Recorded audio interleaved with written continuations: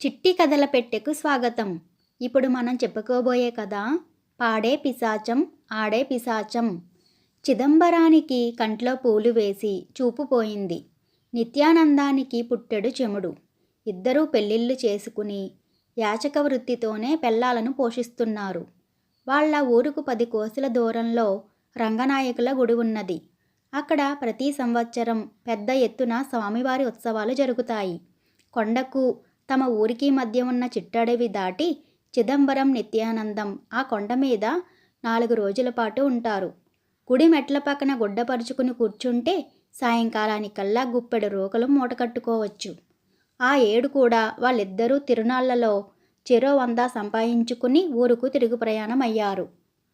అయితే అప్పటికే బాగా చీకటి పడిపోవటంతో చిట్టడవిలో వాళ్ళ ప్రయాణం బాగా సాగలేదు. ఒరే చిదంబరం, మనం కాస్త ముందుగా బయలుదేరవలసింది. దారిలో పాము పుట్రా. అర్ధరాత్రికైనా అడవి దాటకపోతే చాలా చిక్కుల్లో పడిపోతాం అన్నాడు నిత్యానందం చుట్టూ ఉన్న కటిక చీకటిలోకి భయంగా చూస్తూ. చిదంబరం అవునన్నట్లు తల ఊపి నిత్యానందం చెయ్యి పట్టుకున్నాడు. ఇద్దరూ వేగంగా నడవసాగారు. కొంత దూరం పోయాక హఠాత్తుగా ఒకచోట పెద్ద కోలాహలం రేగింది. చిదంబరం నిత్యానందం చేతిని మరింత గట్టిగా ఒడిసి పట్టుకుని ఏమిటా గొడవ అని అడిగాడు. ఆ సరికి నిత్యానందం ఆ కోలాహలానికి కారణమైన పిశాచాలను చూసి నిలువున వణికిపోసాగాడు.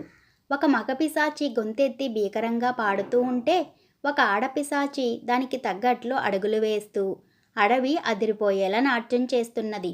నిత్యానందం చెప్పగా సంగతి తెలుసుకున్న చిదంబరం తాను వణికిపోతూ పొగడ్తకు పొంగిపోని ప్రాణి ఎక్కడుంటుంది, పిశాచాలే అవుగాక అన్నాడు. తర్వాత అతడు గట్టిగా చప్పట్లు చరిచి అద్భుతమైన పాట, కొబ్బరి నీళ్లల్లో కలకండ కలిపి తాగినట్లుగా ఉన్నది అన్నాడు. ఆ పొగడ్తకు మగ పిశాచి పొంగిపోయింది. నిత్యానందం తాను చప్పట్లు చరిచి అమోఘమైన నాట్యం, నెమలికైనా నేర్వడం అసాధ్యం అనిపించేలా ఉన్నది అన్నాడు. ఆడపిశాచికి ఆ పొగడ్త ఆనందాన్ని కలిగించింది. అయితే తన పాటను నిత్యానందం మెచ్చుకోనందుకు కోపగించుకున్నది మగపిశాచం. తన ఆటను చిదంబరం పొగడనందుకు ఆడపిశాచం ఉడుక్కున్నది.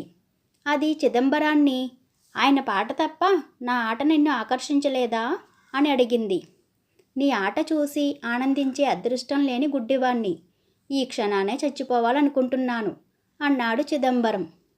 మగపిశాచం నిత్యానందాన్ని, ఆవిడ గారి ఆట తప్ప నా పాట నీకు ఆనందం కలిగించలేదా అని అడిగింది. చెవిటివాడైన నిత్యానందానికి మగపిశాచి అడిగిందేమిటో అర్థం కాలేదు. చిదంబరం కల్పించుకుని ఈ చెవిటి మాలోకానికి పాట పసందుగా ఉన్నది లేనిది ఎలా తెలుస్తుంది అన్నాడు. ఆ జవాబుతో పిశాచాలకు వాళ్ళల్లో ఒకడు గుడ్డివాడని, రెండవ వాడు చెవిటివాడని తెలిసిపోయింది. ఆడపిశాచి చిదంబరం కళ్ళల్లోకి చల్లటి మంచులాంటి గాలిని ఊదింది. మగపిశాచి నిత్యానందం చెవిలో గోబ అదిరిపోయేలా పొలికేక పెట్టింది. ఆశ్చర్యం! మరుక్షణమే చిదంబరానికి కళ్ళు కనిపించసాగాయి. నిత్యానందానికి చెవులు వినిపిస్తున్నాయి. మళ్ళీ మగపిశాచి పాట అందుకున్నది. ఆడపిశాచి ఆట ప్రారంభించింది. కంపరం పుట్టిస్తున్న వాటి ఆటపాటల్ని మరికొంతసేపు మెచ్చుకొని ఇద్దరూ సంతోషంగా ఊరిదారి పట్టారు. వాళ్ళు ఊరు చేరేసరికి బాగా తెల్లవారిపోయింది. వాళ్ళ ఇల్లు పక్కపక్క వీధుల్లో ఉన్నవి.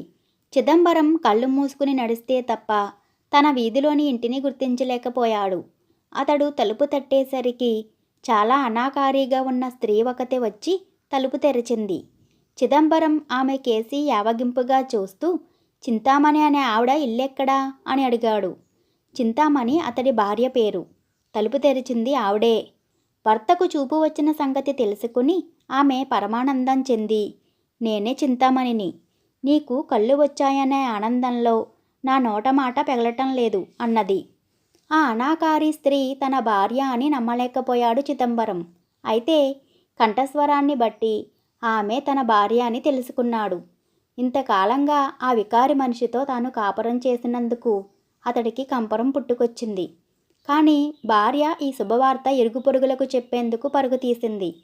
ఇక నిత్యానందం తన ఇల్లు చేరి 1కి 2 సార్లు తలుపు తట్టాక వస్తున్నా అన్న కరుకైన మగ కంఠస్వరం లాంటిది వినిపించింది.